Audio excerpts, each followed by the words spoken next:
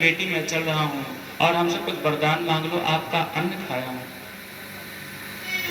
खाया हूँ कुछ वरदान मांग लो। संत महात्मा के सामने कहती है माँ सुनीति कि प्रभु कोई वरदान नहीं चाहिए, कि मेरा सौभाग्य था कि मेरा अन्न खाए।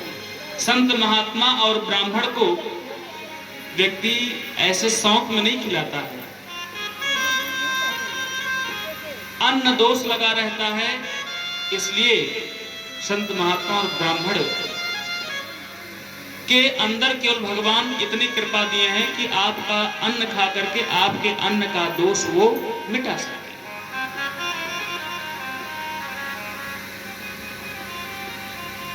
अन्न दोष के नाते उनका अन्न दोष भी मिट गया और प्रभु हमको कोई वरदान नहीं चाहिए। संत महात्मा कहते बेटी आपका मैं रेडी हो जाऊंगा, आप बेटी हो, वरदान मांग लो।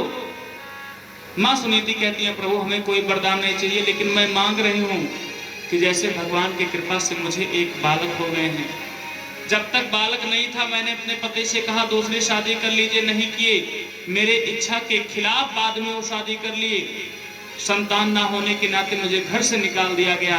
ऐसे मेरी इच्छा है कि प्रभु इतना आशीर्वाद दे दीजिए कि हमारी एक सौतन है सुरुचि, और जैसे मुझे बालक नहीं हो रहा था वैसे कईयों वर्ष हो गया है उसको भी बालक नहीं हो रहा है।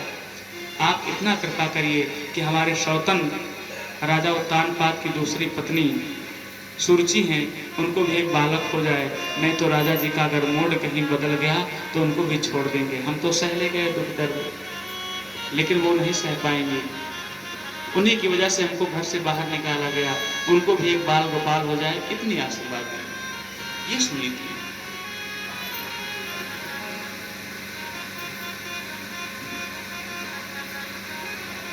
सुनीति माँ का ऐसा विचार देख करके संत महात्मा गदगद हो गए।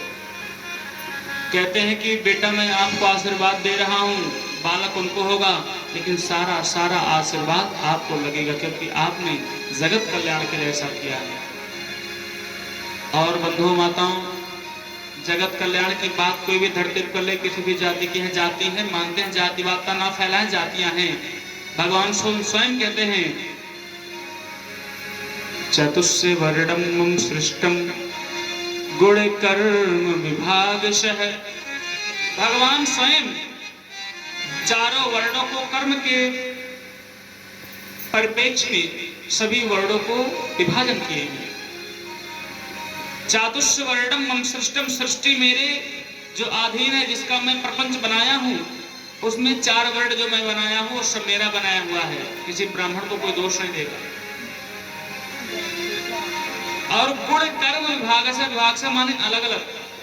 सारे जातियों में चार जाति हैं मुख्य रूप से प्रधान, लेकिन अगर कोई जगत कल्याण की कल्पना करता है तो बोले संत महात्मा और ब्राह्मण ही कर सकता है, और कोई नहीं।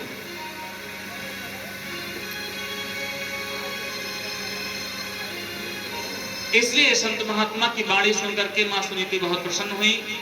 आशीर्वाद देते हैं। समय आने पर माँ सुरुचि को एक सुंदर बालक होता है जिनका नाम उत्तम रहता है।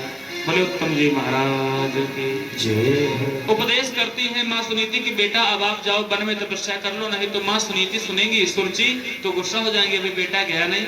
इतना सुंदर उपदेश किए हैं।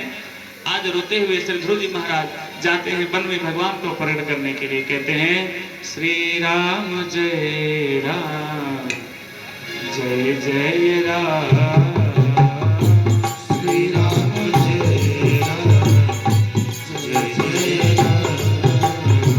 श्री